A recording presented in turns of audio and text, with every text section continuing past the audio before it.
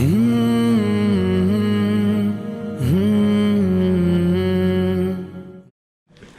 actually gave it a shot. Okay. And then it was not worth the pain is what I realized. I said, we can't do it, you have to go and buy it. And that's what that guy did. Mm-hmm. What I wanted to know, and when I started researching about focus and your story, it's not just inspiring, but it's so much encouraging in so many different ways. Ke you are a pre-Google era company. Yes. You started before Google started, right? Yeah. And that I mean, for me to digest that fact is something else, because I'm an internet entrepreneur, and so many things that I know is coming from internet and from Google actually, right? If I were to credit things to someone, I think first credit would go to Google, thanks to the access that Google gave me to the stories and stuff. I want to know, how did it work for you, right? How did you access whatever you had the access to? How did you, get started with all of it?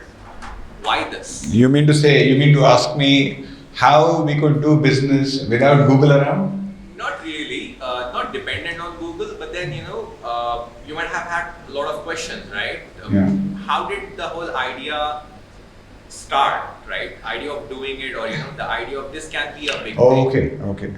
I got the question now. So, like in many cases, we are all victims of circumstances. So, even in our case, it so happened, we never planned to start a company, we never planned to make a software, which could, we never envisioned we would be where we are today. But it so happened that somebody known to us who was running a logistics company then had just purchased a computer, and they wanted a basic bookkeeping software to be made for them. And we were still in our final semester. When I say we, I mean myself and my partner, Mir Hasnain Ali Khan. And we are not related, we are dearest of friends, even now, after 30 years. And and we were hungry for computer time. You wouldn't imagine what a premium and a prestige it was to have access to computers. So that was our basic idea. We'll just make the software, but we'll be able to do so many other interesting things using the same computer. So it was supposed to be a 2-month project. It was supposed to be a 2-month project, and we incidentally got a good advance. So we hired a computer for 2,500 rupees to be used at home also, to very quickly complete the project and move on. So that was basically the only investment we made in this company, 2,500 rupees. So that is where we started from, and once we made the bookkeeping software he was looking for, then incidentally we came to know from his accountant and consultant that there are so many other companies also looking for the same solution. And we thought, why not collect another 5,000 rupees from the second guy, while we had made the first 5,000 from the first customer we had, and it only involved just deploying the same software and collecting the money. So that is how and the second customer needed something more to be done than what the first customer had asked for. And we did that customization and enhancement in the software. And that is how the first, enhancement was done in the software. And then the third, then the fourth, and then the customers kept on coming, and each customer wanted something changed. So, and the project, we thought, is worth continuing with, because we didn't have to look for jobs, we never went for any interviews, and all we had to do is wait for the next customer to come calling. And the customer actually would come with slightly different enhancements to be done. So we thought, why not make the software highly customizable as much as possible, so that we don't have to do any changes in the core code of the software. We build in all the basic customization and tweaking tools which facilitated the customization to be done at the client's place directly. We didn't have to do any changes in the code of the software. So that became the USP of the software. Any kind of field to be added in the data entry form or in the reports, etc., etc. We could do it just by enabling and disabling a few options in the menus of the software. So that is how we gradually cracked the first 100 customers, and then there were customers asking for even the inventory management to be included. So inventory management basically is, I don't know how many of you are aware of the accounting terminology, but keeping track of all the goods that the business runs, and they're coming in and going out, being sold, being purchased, etc. That's all inventory management. So we had to include the second module in the software, which basically was inventory management besides bookkeeping. So that is how the journey started off. And what was supposed to be a 2-month project, even after more than 25 years, is still open and going on. And just to give you an idea of what the times were like, because many faces I see here are very young, you wouldn't have been even born then. So the traffic on the road was less than half of it of what it is now. And 5 megabyte of hard disk, we looked at it with so much of respect. 5 megabyte of hard disk was a big thing then, right? Now, not even 1 TB of hard disk would command that respect in our eyes now. So that is how the times were, that is how we got started off. Like somebody asked a millionaire, of course I'm not a millionaire I'm referring to, but somebody asked the millionaire, how did you make your so many billions? He asked me, don't ask me all that. Just ask me how I made my first million. So similarly, just ask me how we made our first 100 customers. The rest was all automatic. Absolutely. In fact, that is one of my questions, right? How did you get your first 5 customers considering there was no internet? Okay. So the demand was so overwhelming. We were at the right time, at the right place, so to say, right? Even last week, there was somebody who came to me and wanted to start a business, which in my opinion was not the right one at this point in time. So for every business, for every idea, there is a place and time. So in our case, we just happened to be at the right time at the right place. Businesses had just started to get computerized, and the first thing that a business does when they buy a computer is to look for a software which can keep their books of accounts and file their final accounts to be done directly from the computer, generate the cash book, bank book, etc., etc. So in our case, we never actually, how fortunate we were, we realize only now when we look back. But the answer to that question is just being at the right place at the right time, that's it. So it was word of mouth, referrals? Yeah, of course. Word of mouth, referrals, and then we started building up the marketing team when we had the confidence in our software, in our abilities, in being able to face the customers, carrying out the discussions, etc. So, like they say, time teaches everything. So I was not how I am looking now then. I was totally tentative, right? Lacked. I didn't have the same confidence then, but I just had that burning flare in me that I could do anything. So then that was the flare and energy which just sailed me through. Otherwise, there was nothing else special about me. You mentioned you never attended any interviews. Yes. I want to know, how does it feel like? In some ways it feels good, but I think sometimes I regret not having worked somewhere, because I did so many mistakes in my career as a businessman or a business owner, which I think I wouldn't have committed had I worked for somebody and learned at their expense. Right? Frankly speaking, that is my answer to that question. So I think looking back, I should have, in hindsight, worked for somebody else and then learned the finer things of business and then started off on my own. But fortunately or unfortunately, I never got that chance. Okay, speaking of hindsight, if you were to go back and change one thing, is there something that you would do differently? Is there something that you would, want to add or edit or delete? No, that's a very good question actually. when I say it's a very good question, the answer is tough. It's a tough question. So what I see for a long time, about 7-8 years, the first 7 years of our existence, we did a major blunder.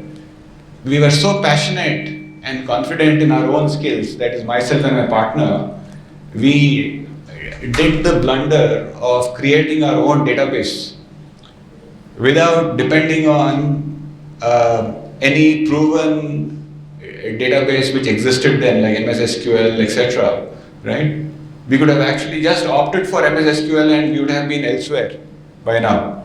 So we did the major blunder of carrying on or having this embrace of death with our own database. We were so passionate because the software was extremely fast, but at the same time, it was very glitchy, right? So when the volume of the transactions increased beyond a certain point, the reliability started decreasing.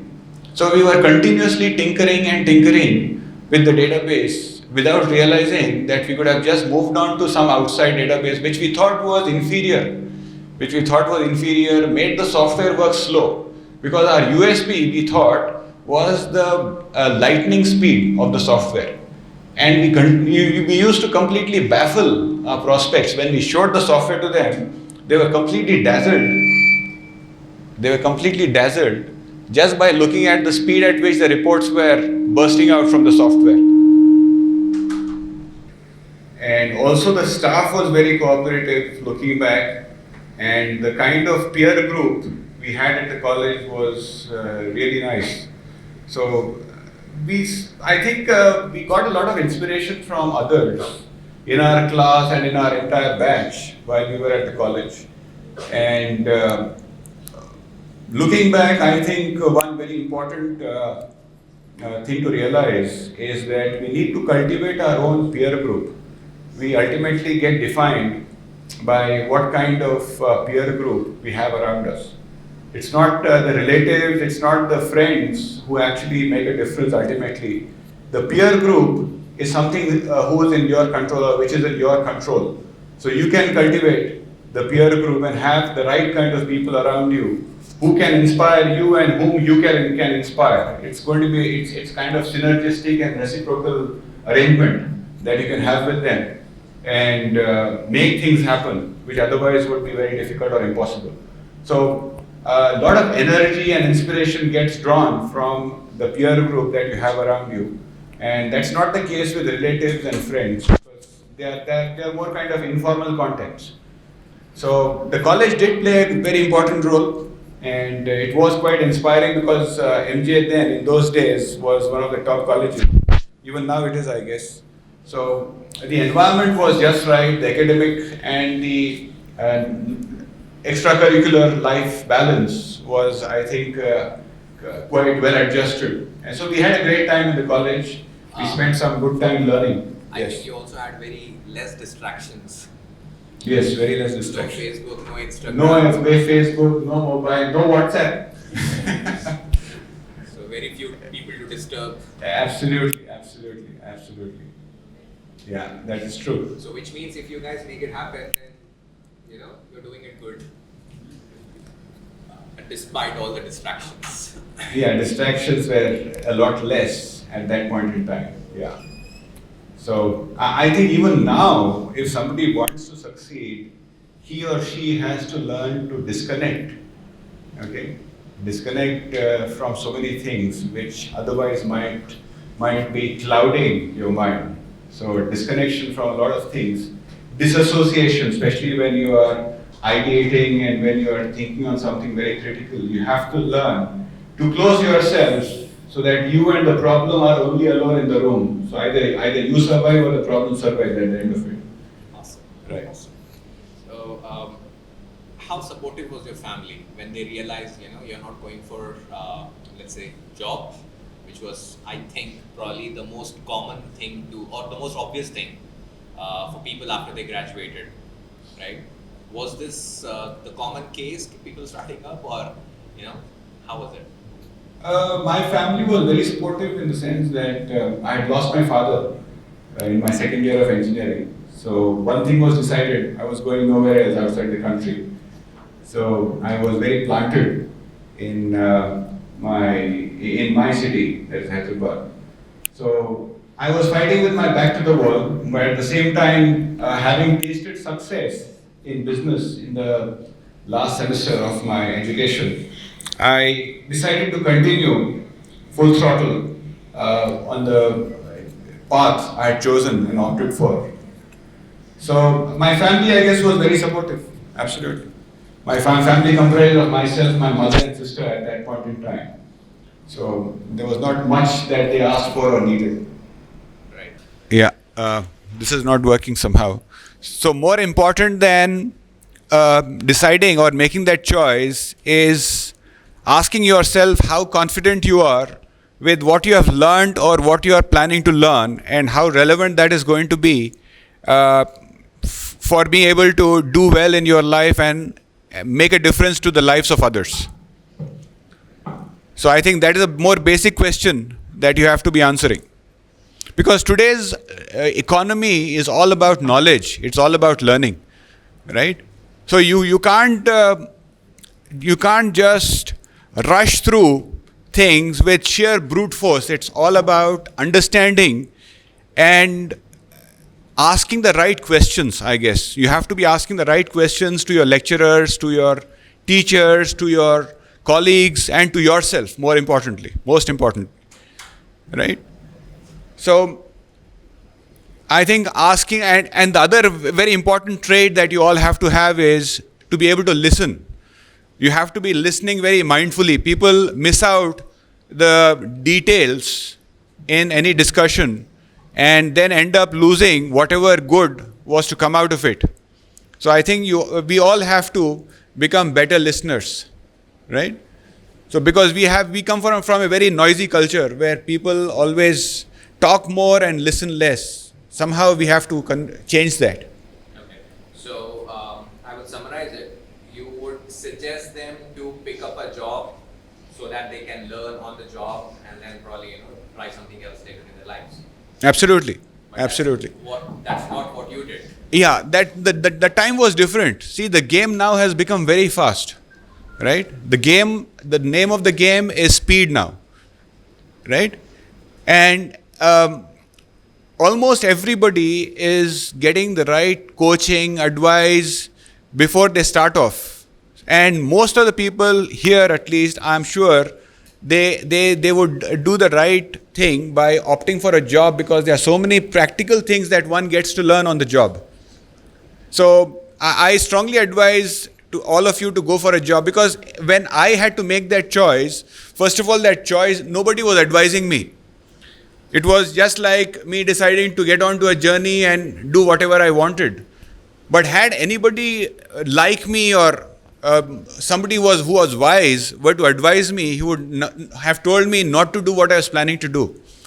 But since there was nobody around and we did what we did, we were lucky, I guess, to have succeeded. Right. Yeah. So just to clear, guys, it's after college, not in college. So you can still pursue your startups, still pursue what you want to do, give a shot to your ideas when you are in college. He's talking about placement or job.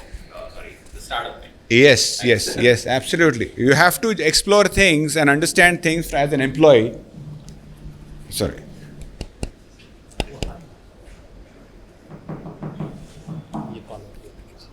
Okay.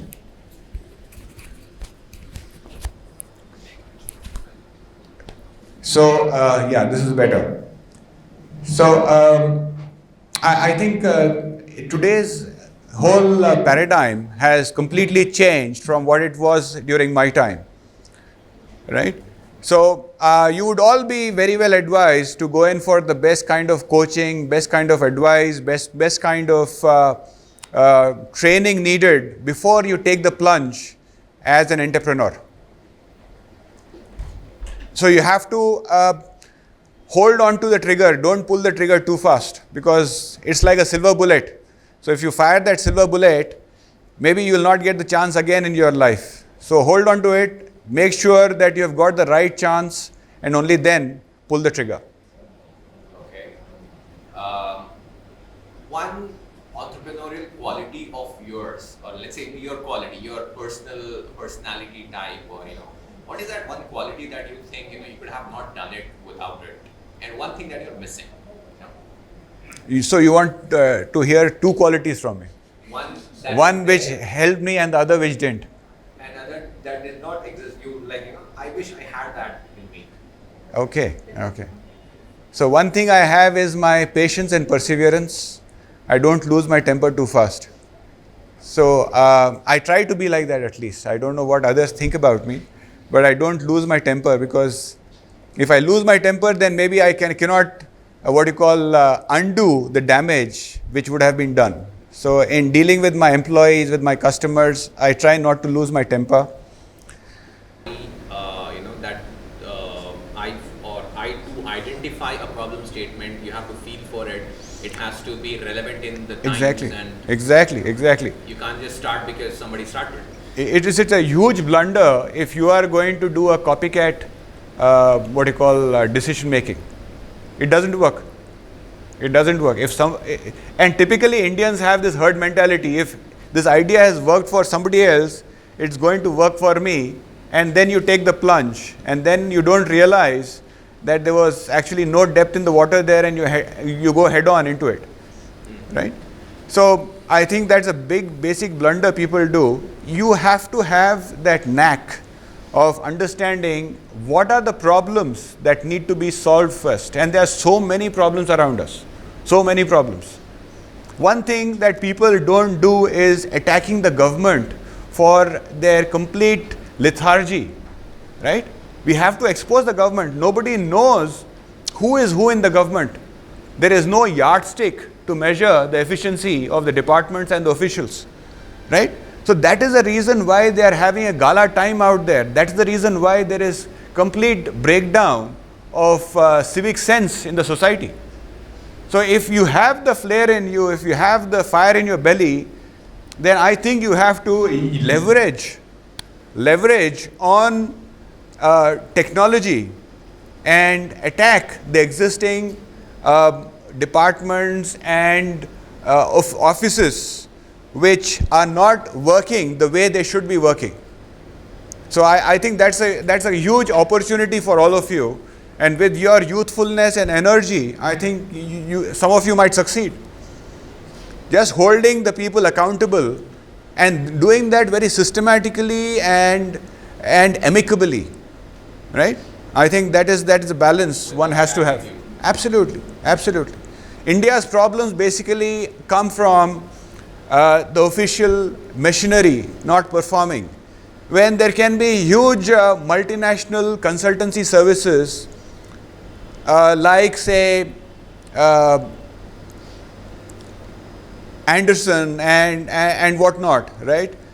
So why can't those agencies be consulting with the government and pointing out to the government offices and the institutions where things are lacking in their existence and correcting them? There is actually a fun fact. So the likes of Deloitte and KPMG actually concern the government, but they end up being like government instead of changing things for them. Exactly. That is why they get paid. I understand that. Yes. Government pays them so that it can do what it wants to do. Yeah. I realize that. I have had the chance to be in a few such meetings, and I'm like, fine, what you're saying is right. That is the way it should be. So True. It ends up going nowhere. What do you lay, so let's say, as an entrepreneur or as a leader, in focus, and when you're recruiting, when you're, evaluating people, how do you evaluate people? What do you stress upon? Attitude, experience, skill set, degree, what is it? What is it that you, focus on? What does focuses on? Neither of all that you have mentioned actually. Okay.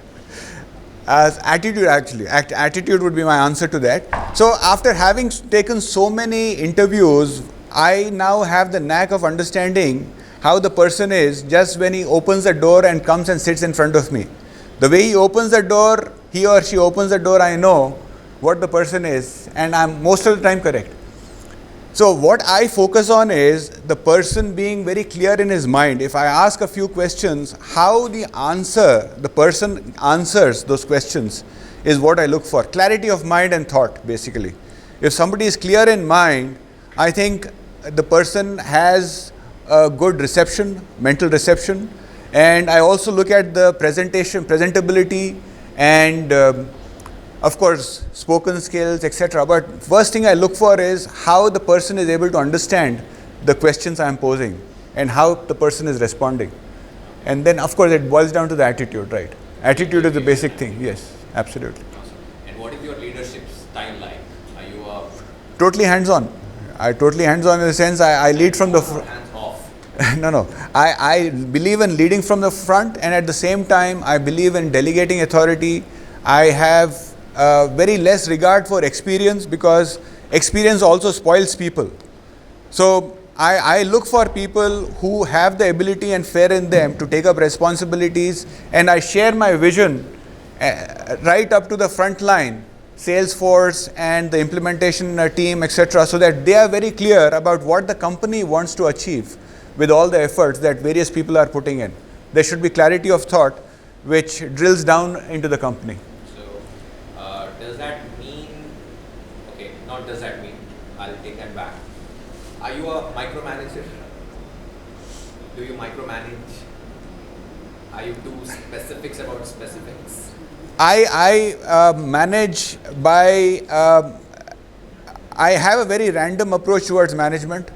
I just go, so we have a CRM which actually handles all the activities. So I keep going through the CRM, and I have so many exceptions which get thrown up in the CRM, and I take those cues and then go deeper and try to set things right before they actually, I believe in actually extinguishing the fire when it is still a spark. So I try going around and finding out the sparks which are existing. Okay, I have last couple of questions from my side, so the audience can get ready with their questions. Any memorable customer experiences that you have had, or any of such customer stories that you are like you feel proud of whatever you're doing, it motivated you to do more, or that told you, yes, I'm sorted, this is what I want to do for the rest of my life, something like that? Any of your customer, you don't have to take name if you're not wanting to, but any such stories? Yeah, there are a lot of such stories actually, and did you do something to delight, or going out of the way to delight them? exactly. So there are so many instances of we having worked over the weekends to satisfy the customer requirements. There are so many instances of me having made personal commitments to customers and asking them not to go in for much more expensive software and go in for something like what we were offering, and really exceeding their expectations. So the one thing which thrills in business is to look at problems from the customer's point of view, right? Putting yourself in the shoes of the customer, and then trying to imagine the problems that they're faced with, and then exceeding their expectations, right?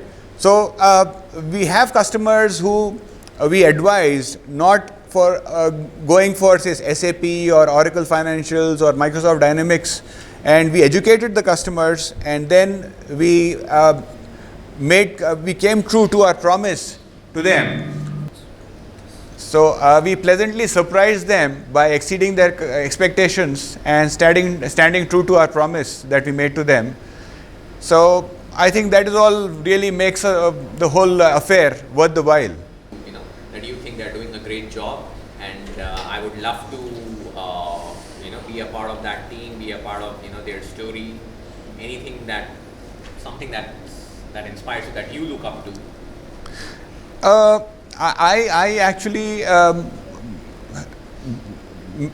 would make that decision based on the value system of the companies, right? So more important than money and finance, financial credentials, for me would be the value system that is existing in the company. Because integrity and credibility are the values which I would measure a company by. It is not by their turnover, their profitability, etc. So I think on that front, I think Tata would be a good company. Tatas would be a good group. And another one company I know which is very quality focused and value focused is this Shobha Developers in Bangalore, right? So I think integrity is what would be my deciding factor for making that decision. Google has one of these philosophies, don't be evil. Do you think Google is evil or it's just a philosophy? What do you think about Google? Google is Google. That is what I think about it. It's all pervasive, it knows too many things, and it can do a lot of damage if it opts to or decides to. So I think Google is, I think as a company is great. As a company is great.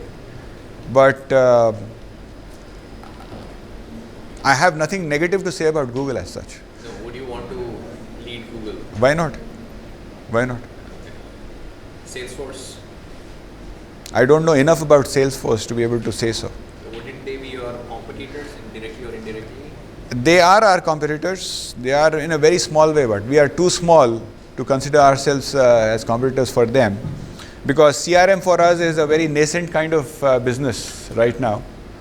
So, but we are competitors to them for the services and solutions that we offer, because we have the product in the same space as them.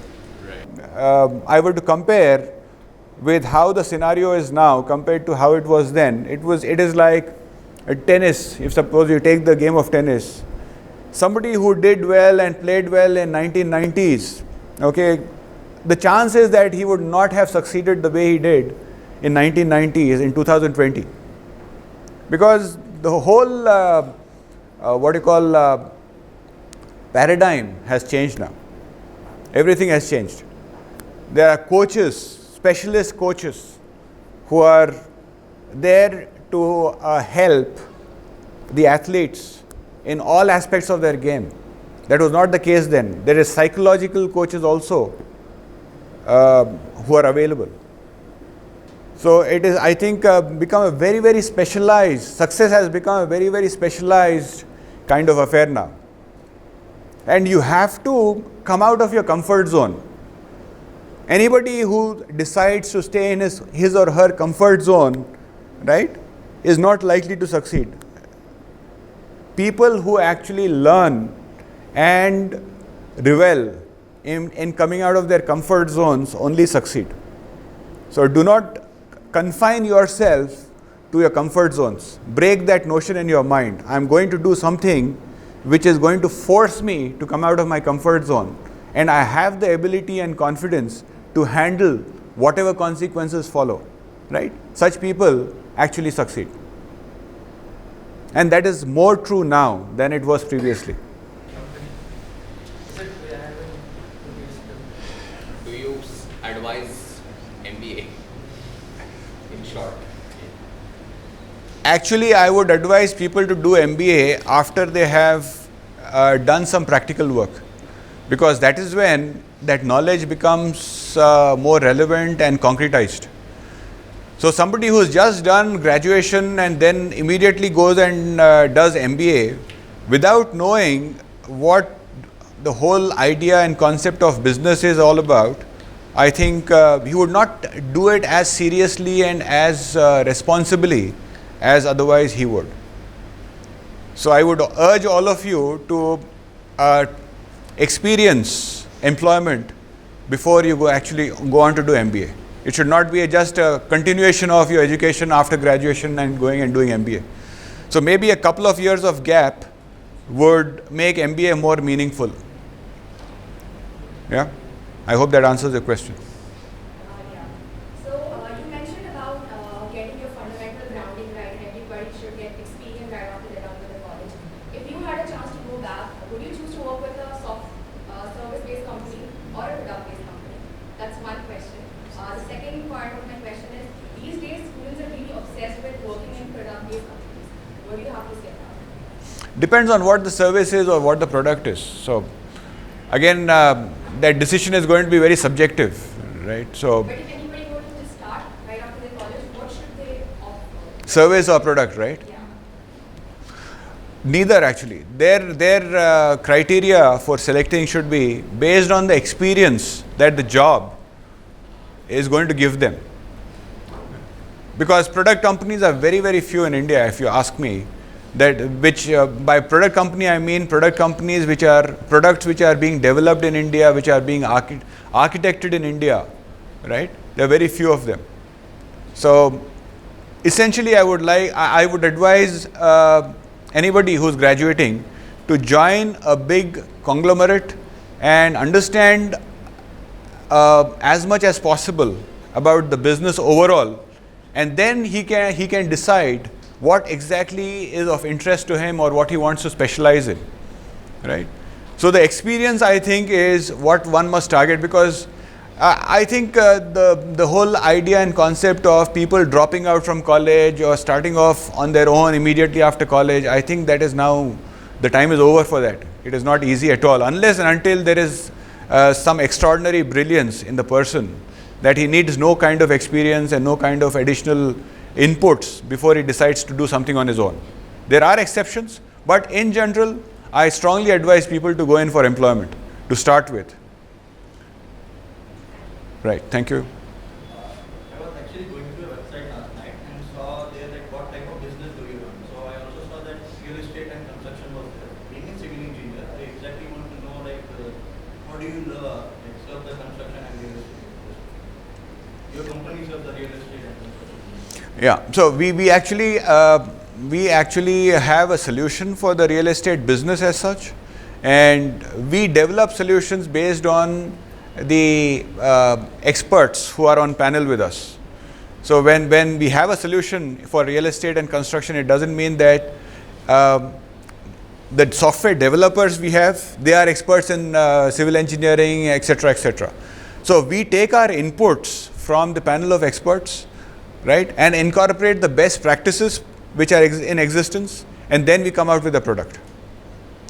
So we are not experts in those fields. We basically develop products based on the advice of the experts. This is panel working. Yes. How did you exactly like figure out the construction industry? Like, to serve the construction industry, customer market in the construction industry? Okay. So what we see when we came out, what the suite of the solutions that we have is targeting the end-to-end requirements of business, right from financial management to inventory to manufacturing to production to sales, right, and to payroll processing, human capital management, right, customer relationship management. Everything has very organically been built into the software.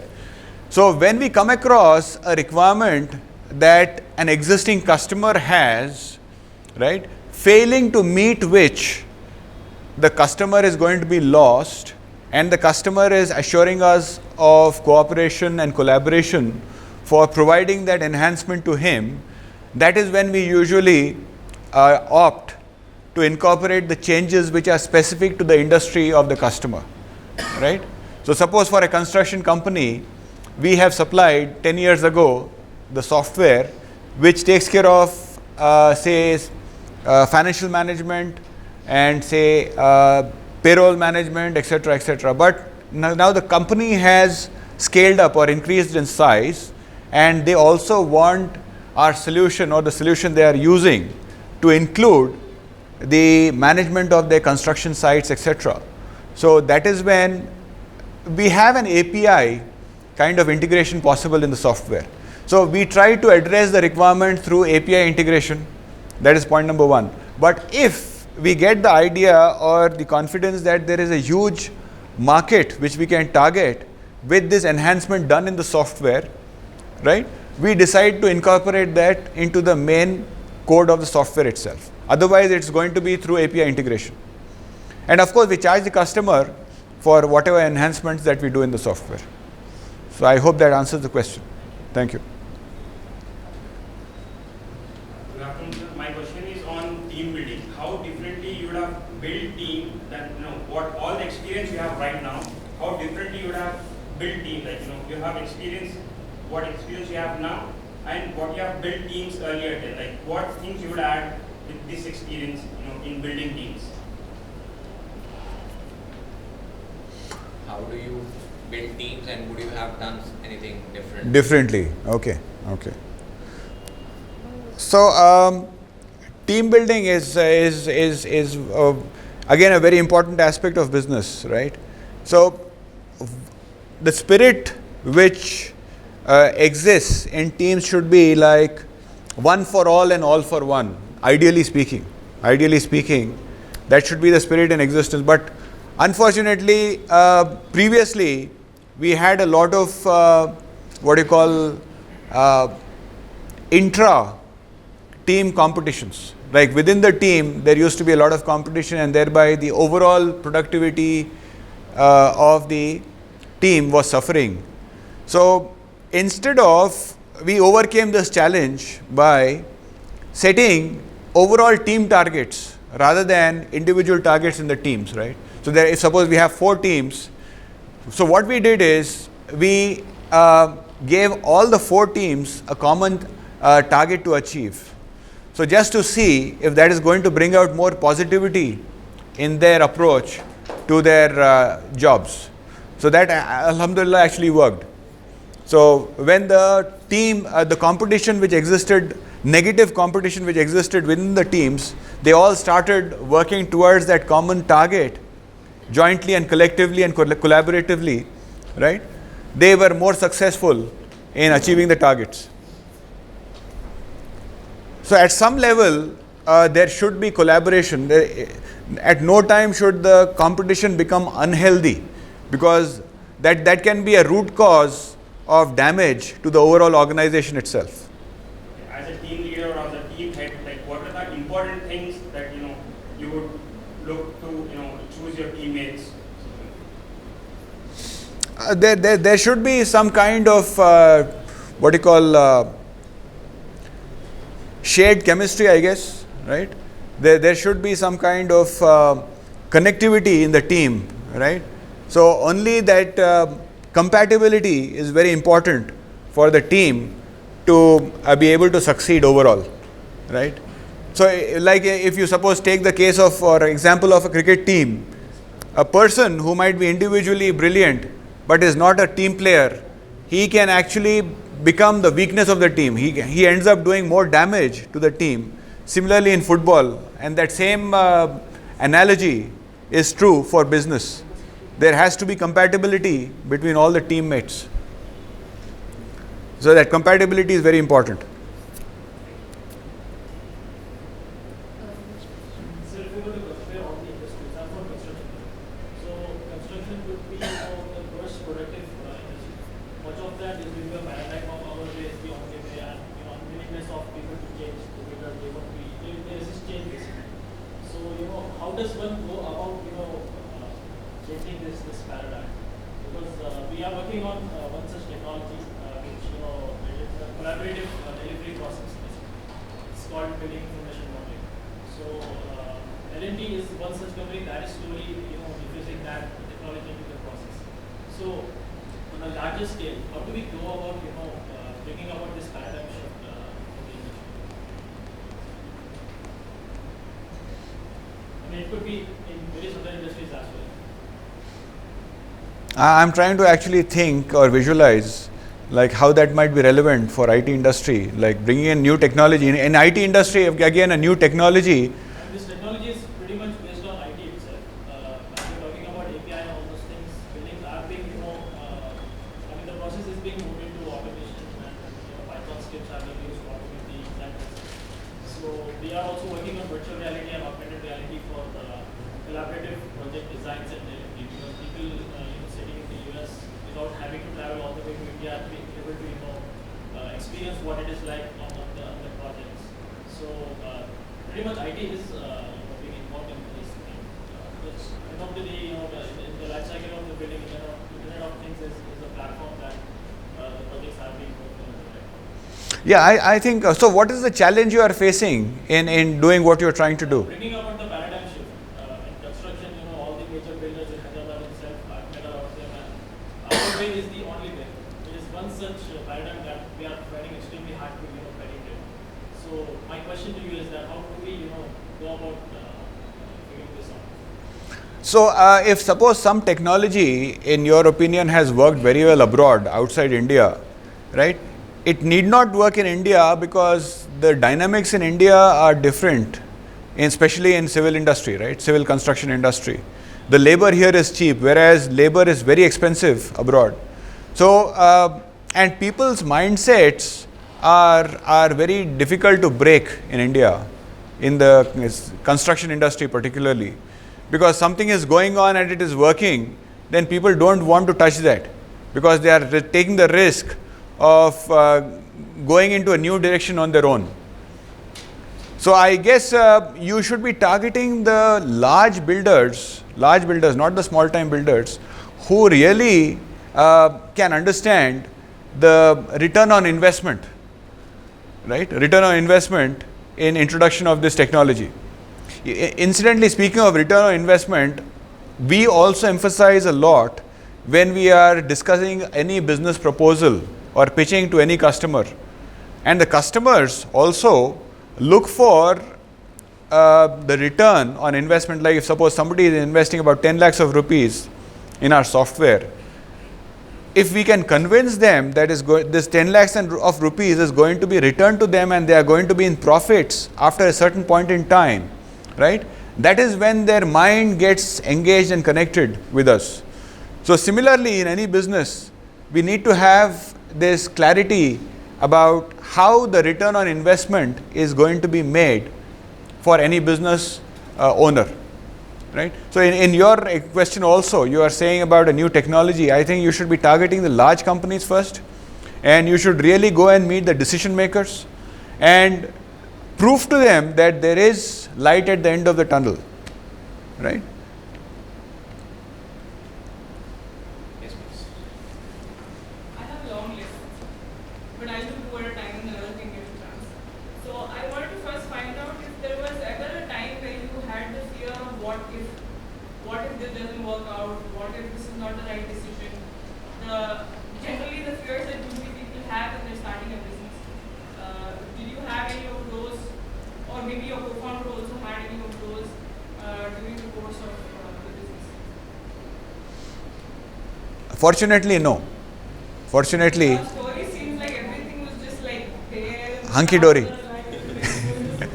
you were like a secondary thing to the whole thing. Yeah, more like a Sholay film script. Yeah, Huh? it's like it's really like this was the best time we got the opportunity. We were the first ones. It's kind of difficult to figure out how somebody can have everything so. I mean, Well laid out. yeah. We are lucky, simple. I'm sure it was not like that. I mean, it looks like that. Yes. Maybe the way you convey it, it looks like that. Yeah. So I mean, there's no. And you are fear setting the and wrong there's no- expectations actually. Yeah, I don't know how that happened. So you had no fear, is it? Looking back, frankly speaking, once we succeeded, we actually never had that fear of going wrong because we were succeeding in a big way wherever we were going, and we had the entire what you call topography of the industry in our mind, like with the kind of value we were selling compared to our competitors who were all very big names, right? That kind of ensured our success. So very fortunately, we were not into production of cars, of something big. So the luxury we had is we can launch the product and keep on tinkering on it and keeping on improving it, right? We had that luxury. So it was not that we launch a buggy software, we give to a customer after 1 month, we come out with an enhanced and improved software. So we always had that confidence of being able to do it, and somehow the customers also tagged along. So that fear didn't exist actually, yes. Okay, of the many other questions that I will ask them. Partnership. Since you have a business in partnership, was it something that you always knew that you had a personality for a partnership? Because a lot of partnerships don't work out because the personality of the two people don't mesh well.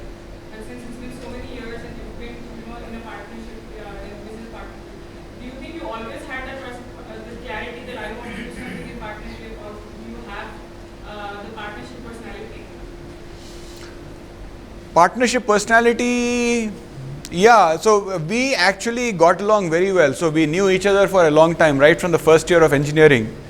So, and plus we are very, very compatible people, right? We have this agreement to disagree. We disagree on points and we go along, and that doesn't become a kind of hindrance between us. But we have never actually kept anything hidden from each other that is relevant to the business. It's always been transparent between us, and that I think has only strengthened our partnership over the period of time. A lot of people actually are surprised that how come you are, even after 30 years, you are still partners. So I think that is, that's something from by God's grace, nothing else. I'll ask the lady from Sweden. What's our nobody has anything. Questions? Yes, My please. question is that how did your one skill, or I can say that one thing differ from those around you that made you this successful? That please don't say the right title. Sorry?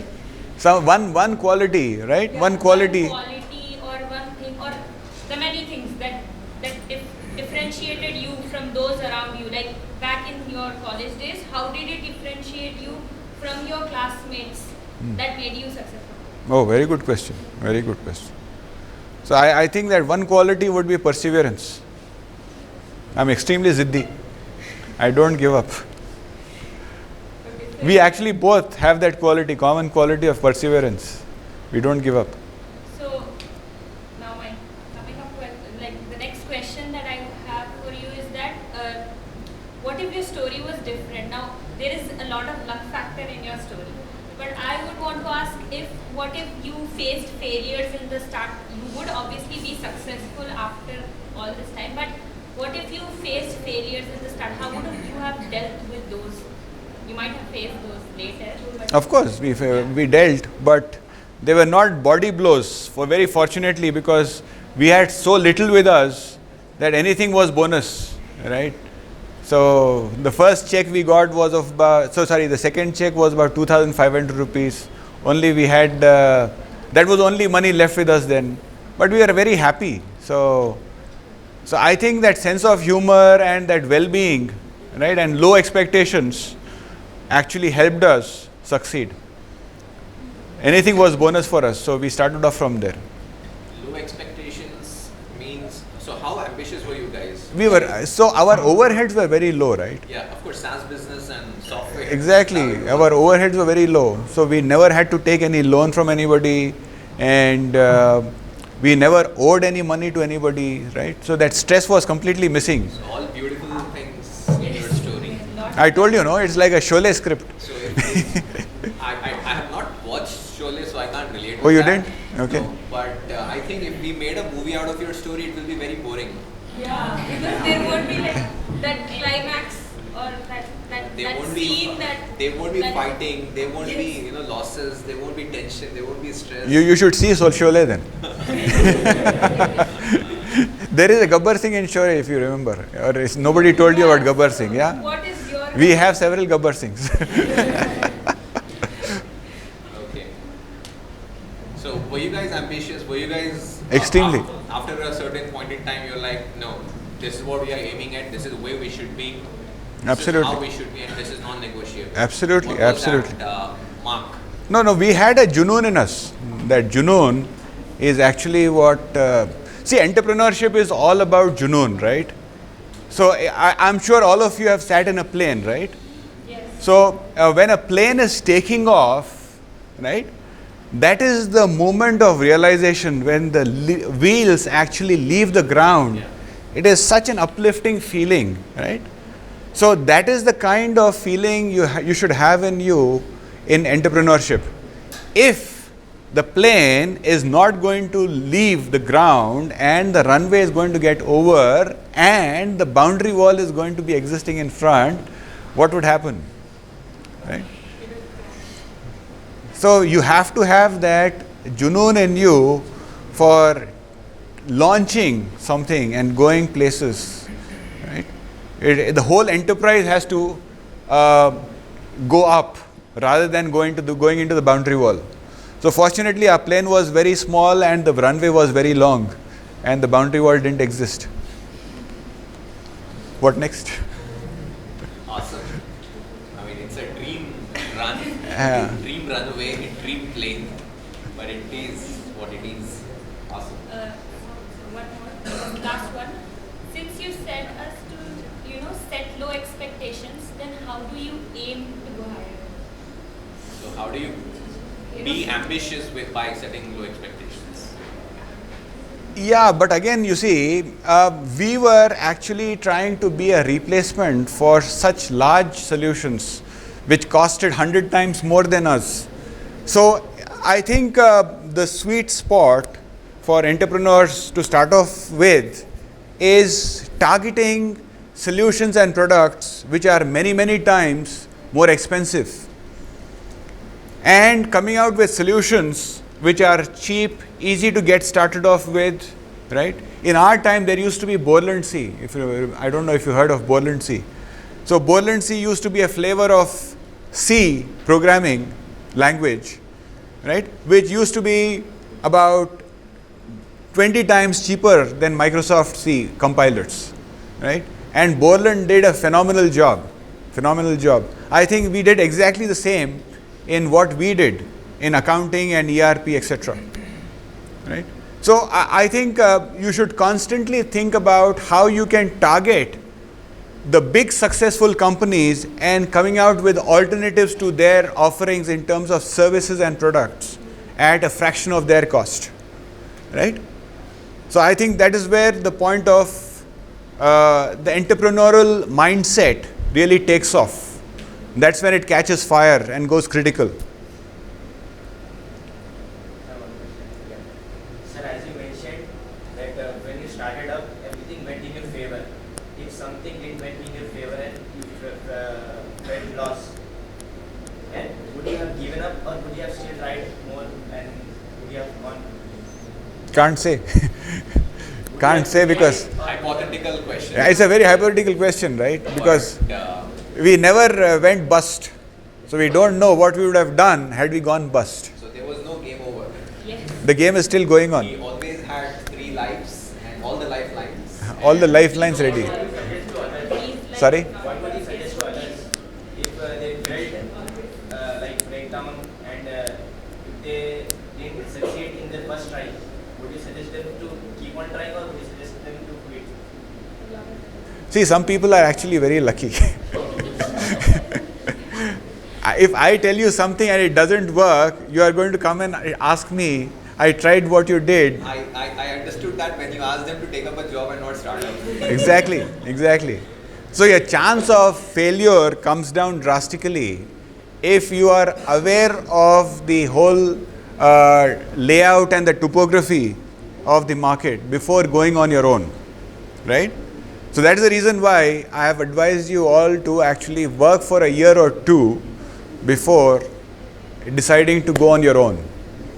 But then also, I think he also spoke about perseverance. So Perseverance, exactly. Now, how badly you want it, right? You Exactly. have to be about it. Are you ziddi about getting it?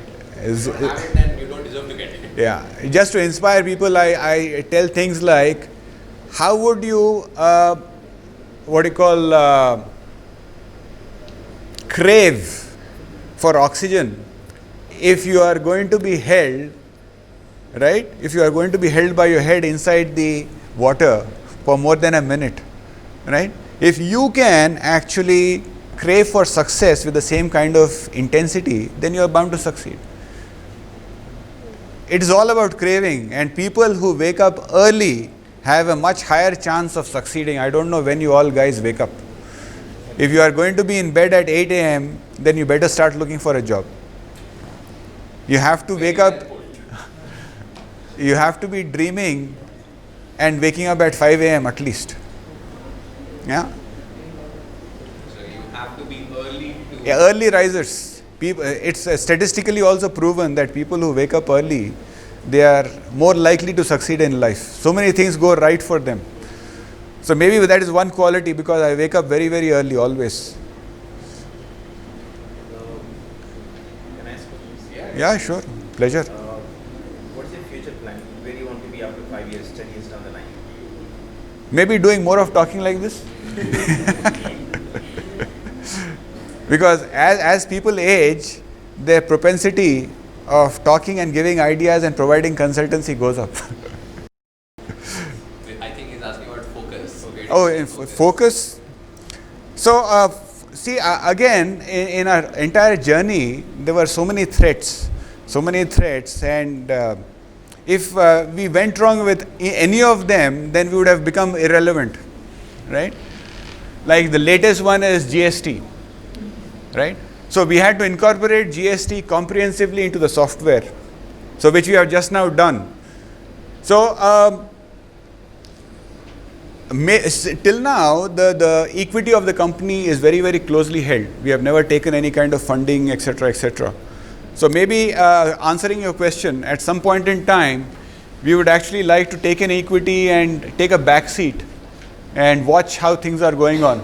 So maybe we'll look for a synergistic partner to come on board with us. I think myself and Venus can help you with that. Oh, excellent. There are 2 seats waiting. Oh, he's signing the check also. There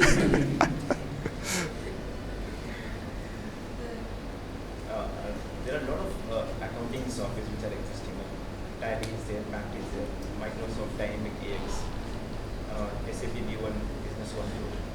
So how different is Focus and how do you sell it? I mean, how do you show it? What is the USP? And how you convince your customer? How different you are from other accounting softwares? The gap or the distance or the fasla between success and failure is very, very little, right? If you, again coming back to the tennis analogy, right? The actual number of points won by the winner in many cases, right, is high, marginal. If you were to do the same for golf, again, I don't know how many people know about golf here, but the winning margin is 1 or 2 shots, 1 or 2 shots. Similar is the case in our field also. We try to identify the pain area, the actual pain area that the customer is having, and then we leverage on all the special features relevant to the pain area that the customer has disclosed to us. So the competition gets over when we are able to convince the customer that we have what they are looking for. And again, the track record is there, like of so many years and so many customers, that again helps us. So the decisions are made on very key points, right? We try to identify those critical points which tilt the decision in our favor. So we'll take one last question. Yep.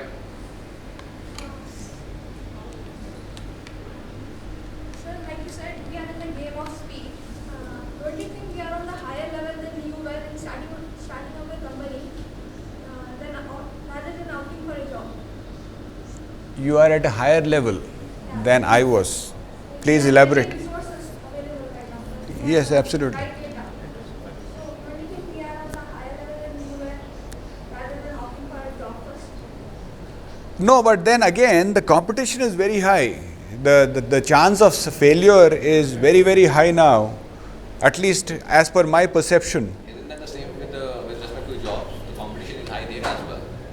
Yeah, but again, it's the cost of failure is not so high in a job, right? Whereas in business, you have put in your skin in the game, right? At least in a job, you would come out with scratches, but in business, it is over, game over. That's what we are trying to minimize with Adventure Park, and that's where we try to, We have the right guidance.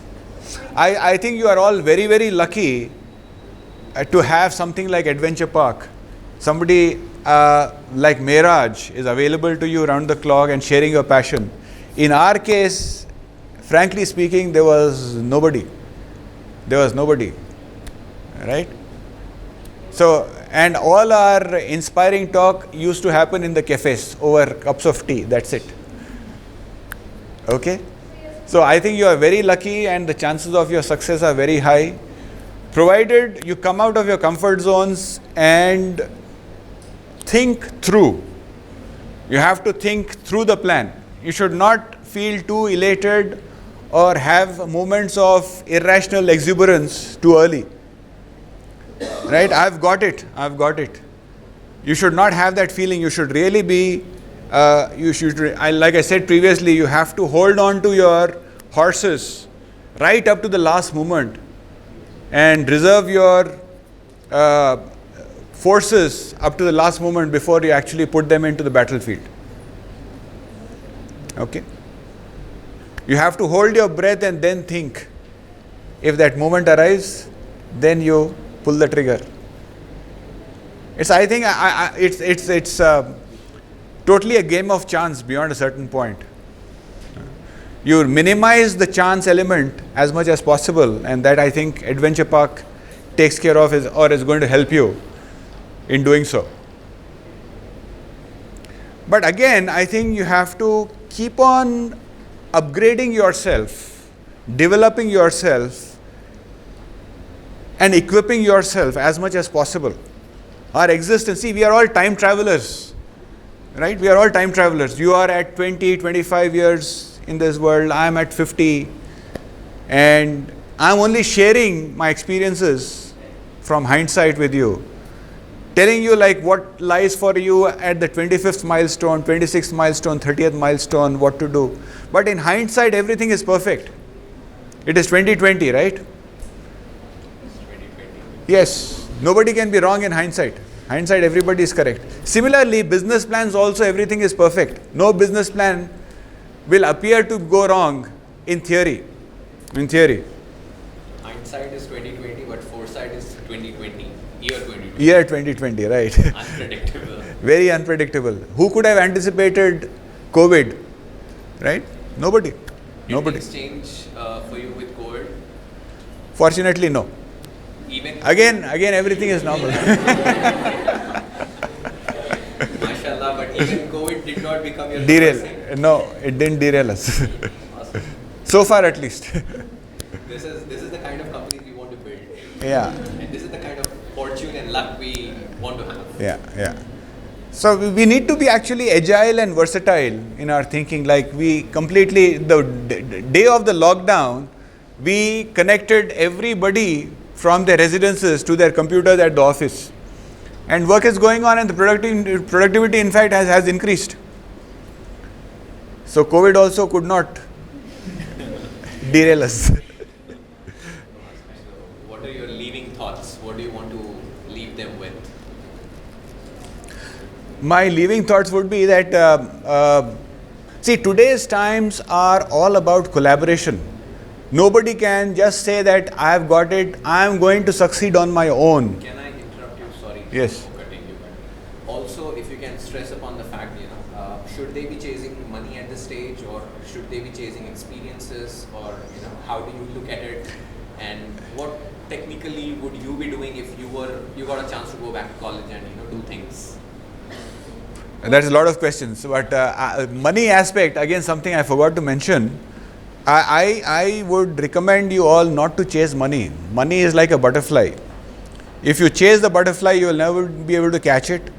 But if you actually stay where you are and do what you are doing sincerely, that butterfly will come and sit on top of your shoulder. Okay? So don't chase money. The moment you are chasing money, that's very clearly this indication of desperation setting in. And the more desperate you are, the more are the chances of things going wrong. Desperation is logic. Mind actually starts clouding. What happens when you are in love? So, my advice regarding money, chasing money is that. And what was the other question?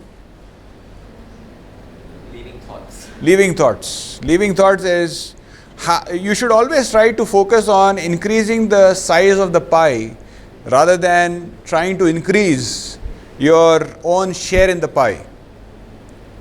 The pie can also be the cake or whatever, but try to increase the size of the pie.